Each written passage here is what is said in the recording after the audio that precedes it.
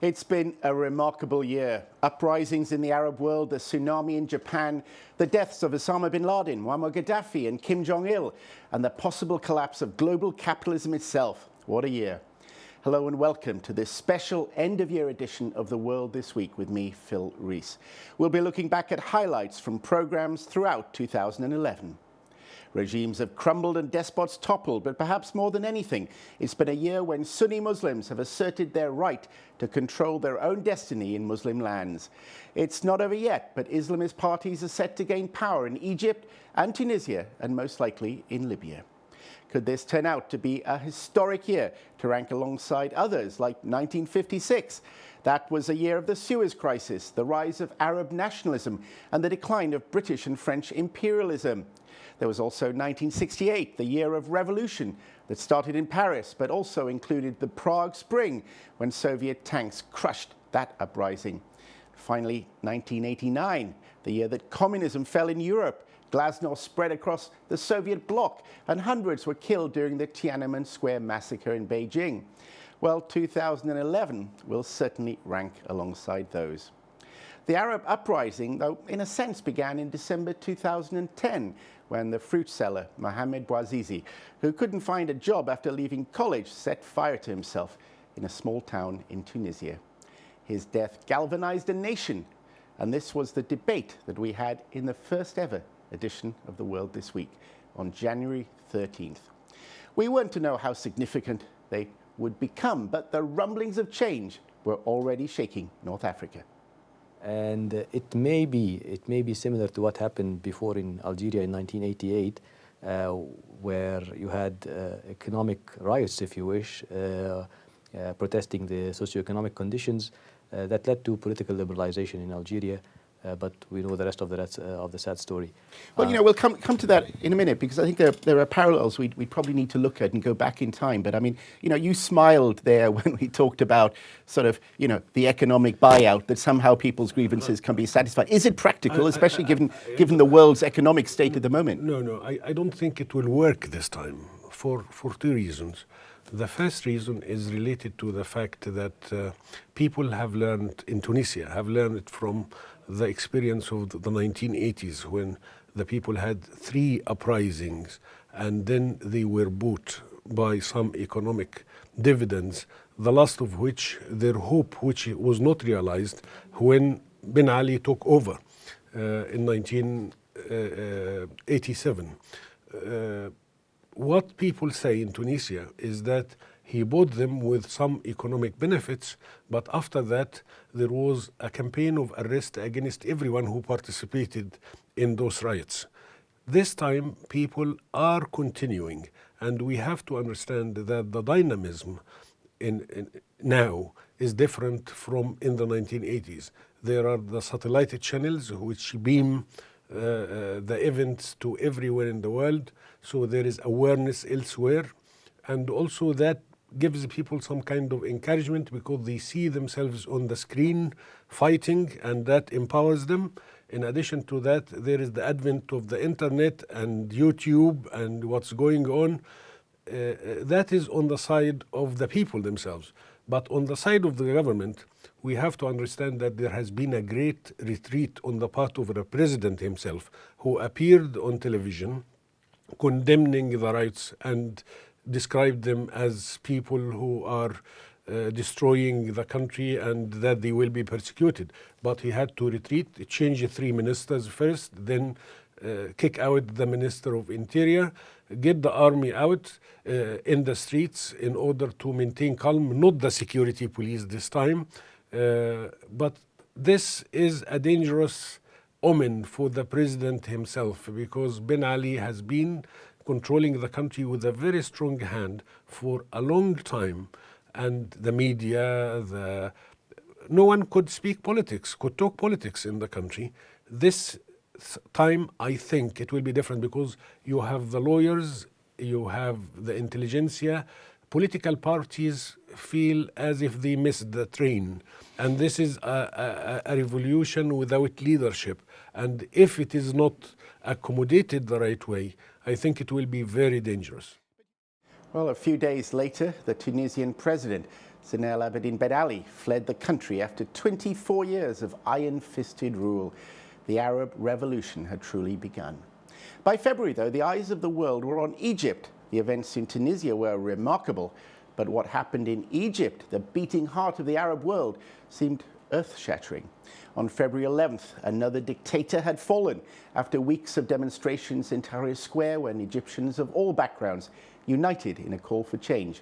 Hosni Mubarak resigned after 2 decades in charge of Egypt. Most of the media was celebrating the departure of Mubarak, despite having praised him as a moderate while he was in office. Here on The World This Week, we had a slightly more informed debate. And this is a flat revolution in a way. I mean, the people came out. There isn't a highly organized leadership from the start or a political force behind the whole thing that will topple the whole regime and overtake it. In reality, actually, the army is the only institution that hasn't crumbled, partly because it took a middle road in that way. Because in my view, if the higher echelon of the army have given orders to the soldiers to shoot the people, the army would have actually split. And so partly to keep that, they kept in between. But the army is still in power, and the people have not really overtaken power, if you want. But it is in the same time, the power of the people and the millions that have been in the streets have high influence on the decision-making as it's coming. There will be attempts to pacify that and make cosmetic changes. Still, the same government that Mubarak have appointed is still in power. What they are trying to change is a few constitutional things about how you elect a president and so on, where I personally believe that Egypt needs a new constitution altogether, and that should be discussed widely in the society. And there should be, if you want, a temporary government, whereby overlooking election of a constitutional council that can really discuss and create a new constitution for the nation. Sheikh Ahmed, I mean, pretty disappointing, really. The same people in government, the same army that was there before, the same civilian government. I mean, you got rid of one man, but everything else is the same. Yes and no. Yes and no. You're right 100%. The army still, same leader of the army, Mr. Tantawi, the defense minister, and his generals, which used to work with him, still same. The same government, you are right 100%. But we have to know it used to be army and police. All the leader of the police change, all of them, all the leader of the police change. Yeah, and the police in Egypt, the number of the police is more than the army, of course. We have around between 1.7 million in the police and the army less than 1 million in Egypt. And the army tried to make something for the new generation which take over and did the demonstration. In same time, the army can't change everything in same minute. Still, I think there is a lot of positive things going on. A lot of discussion between the army and you can say the new generation which make demonstration and make the change in the country. Several meetings going on, and the new committee of the constitution, I think it's very good names there from Dr. Tariq al-Bishri and someone from Muslim Brotherhood as well with them. I think thing is going... Yeah, this is a committee that's been set up, a committee of lawyers to set up to plan the next 6 months, in a sense, if they're putting it crudely. So, I mean, within a few days. Primarily to put changes to the constitutions that have been suggested.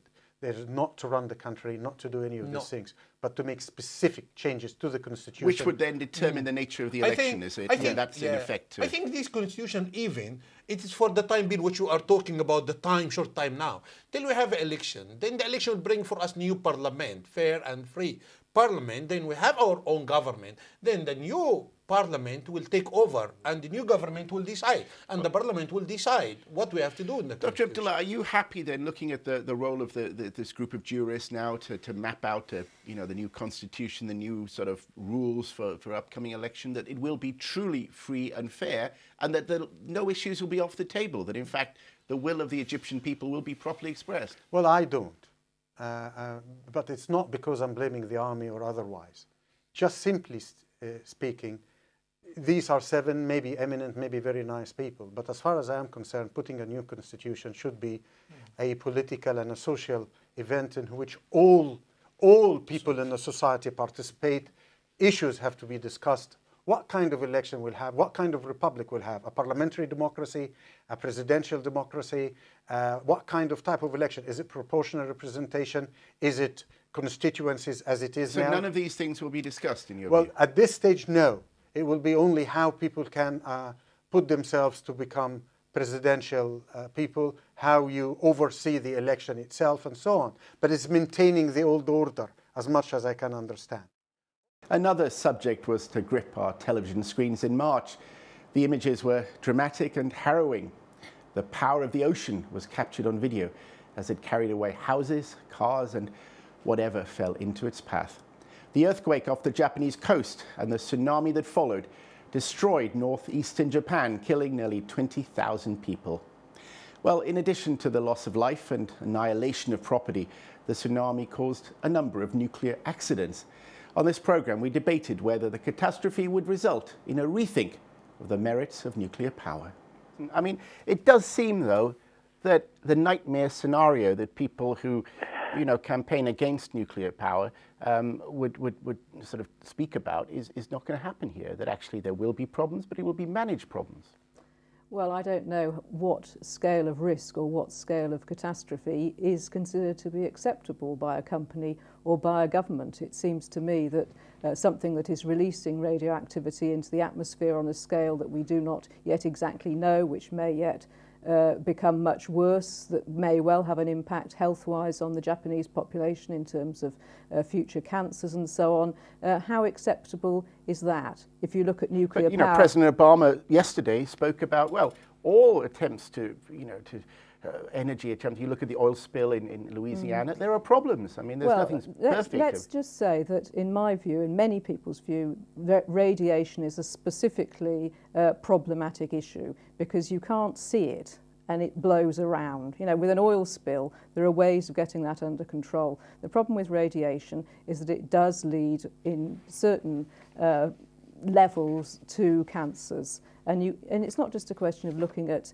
an extreme incident at a nuclear power station. You have to consider the ongoing health and environmental problems associated with the development of nuclear power. And I think that the very fact that a number of countries have put their nuclear programs on hold, for example, Switzerland, of course, Germany, and now China, one of the major developers of nuclear power, that should give us great pause for thought. And we would very much like to see our own government, Chris Huhn, taking a decision to put our own programme of new nuclear power stations on hold too, because it is such a dangerous form of energy production. It's true you can go for quite a while without a catastrophic event of this nature, but the ongoing issues with nuclear waste, with things like uranium mining, with things like infant leukemia clusters, all those things really need to be reconsidered and reinvestigated before this so-called nuclear renaissance goes ahead. Well, I mean, Holesi, isn't that fair to say that, people have talked about the renaissance now as a result of the problems, with the environment and global warming, that in fact, nuclear power has been given far too much of an easy ride recently, and, these concerns must be addressed.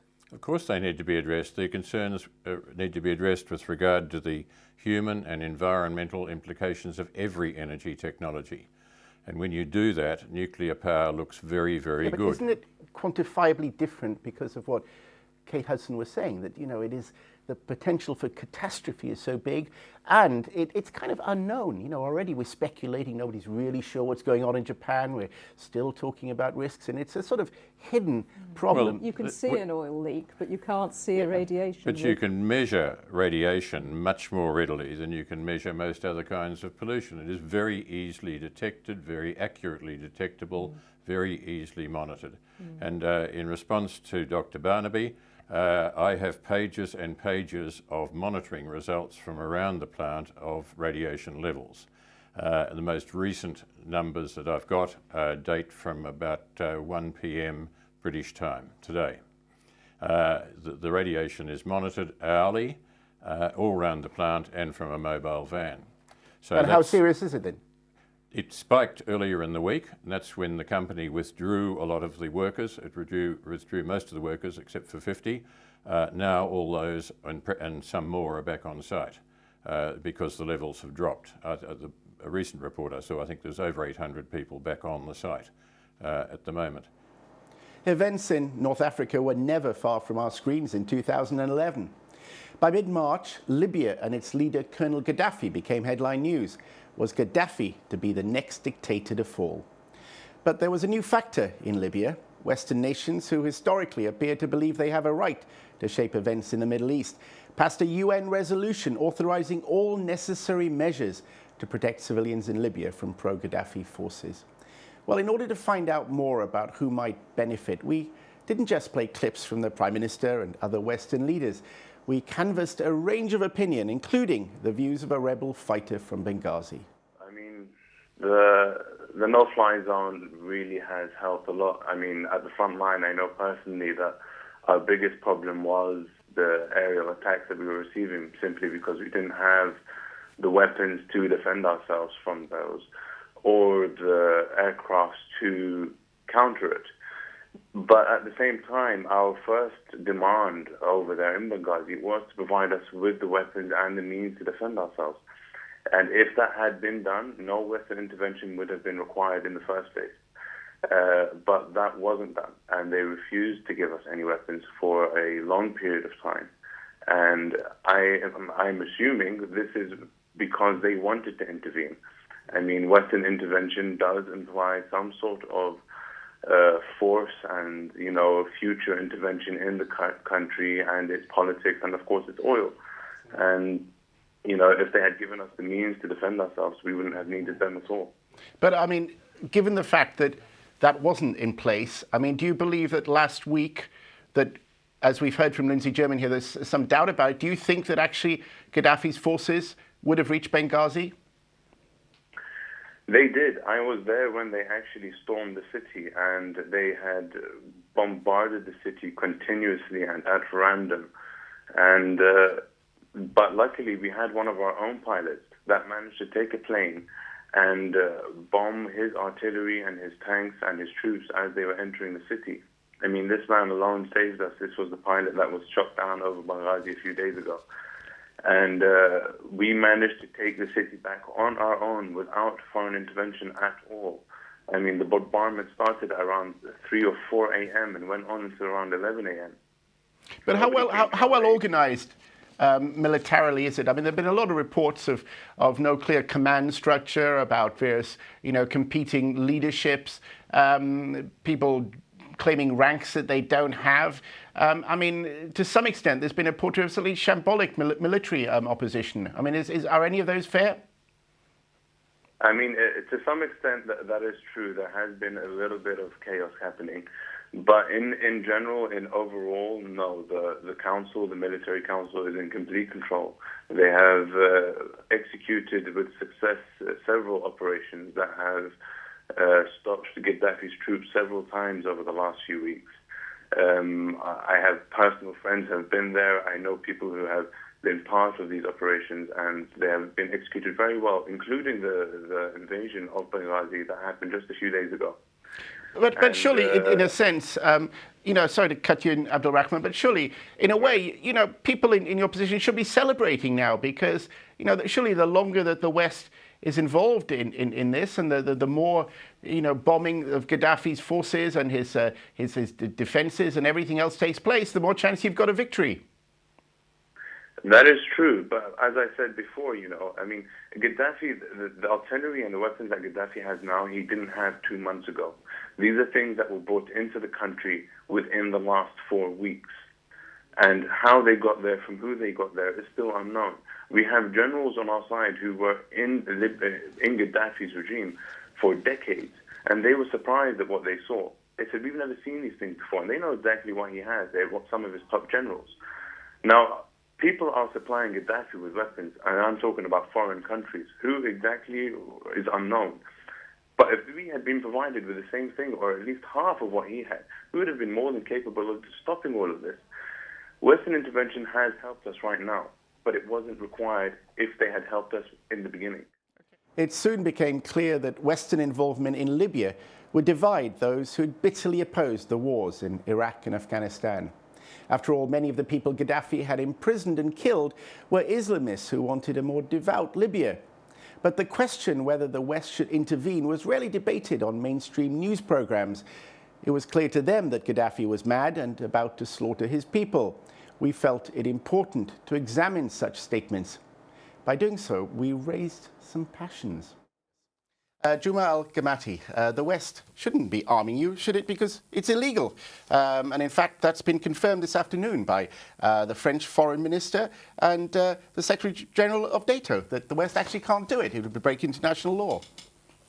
We are not asking the West to arm us, and it's not the West, by the way. It is the international community that has intervened in Libya. It's the United Nations Security Council Resolution 1973. It's got a very broad alliance of 43 countries, including 5 Arab countries. 2 of them are engaged in military action, including Turkey, one of the largest Muslim countries in the Islamic world. What we are asking is that it's our moral right to actually, we have a lot of frozen assets outside Libya, tens of billions of dollars. We can now export oil from the eastern region. We have a moral right to procure weapons and arms. Well, there's an arms embargo, though. That's not a. That's the point of. Yes, that means you can't. You can collect the money, but you can't spend it. Okay, the Security Council can do something about that, because you cannot have 2 sides where one side is defending the towns and cities, the families, the children and the women and the Libyan population with very light arms, and you have a mad despot spinning out of control, waging a total war against the Libyan population using tanks, multi-rocket launchers and heavy artillery, and shelling them from the sea as well, and with the intent to kill as many civilians as possible. Already in 5 weeks killed over 10,000 people, including children, women and old people. This is a moral situation. So we need to find arms. We could go to our Arab neighbors, we could go to our Muslim brothers, we could go to anywhere who's willing to sell us and supply us arms, and if there is an embargo, then the Security Council has to review that. I mean, it's fair enough, isn't it, really? Here's a leader who's talked about his people as drugged up cockroaches and things, and, you know, really, isn't there a duty for the outside world to try to prevent the killings of civilians, which is what the purpose is? And if that means providing arms, which it looks like it might need to, they should do that. This has got nothing to do with killing of civilians. This has quite clearly been a British and French and subsequently a US plot from the very beginning.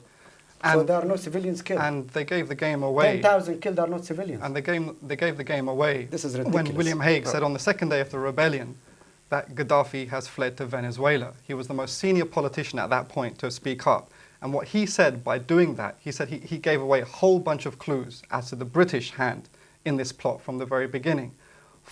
Meaning that... But even if there are imperial intentions behind this, and, you know, many would accept that, we're in a situation now, though, where don't you think civilians might need to be helped? Again, this is not a question of civilians. The best way, and of course, do you accept that 10,000 have been killed, and do you condemn that or not? No, I don't accept that 10,000. Fine, I'm leaving. Wait, listen. I'm not having a Muslim brother denying that 10,000 people of my brothers and sisters, children and old people, have been killed by a mad despot, and he's not willing to admit to it, and he's not willing to condemn it. I'm sorry, I'm not having a Muslim man. NATO is bombing your country. Please. Bye-bye. I don't need to. I have plenty, hundreds of media outlets are after me. No, but we need to hear your voice, sir. But, I mean, we need to hear your voice. No. Because, I mean, look, we're having a debate. You don't think that having a... How can he deny that?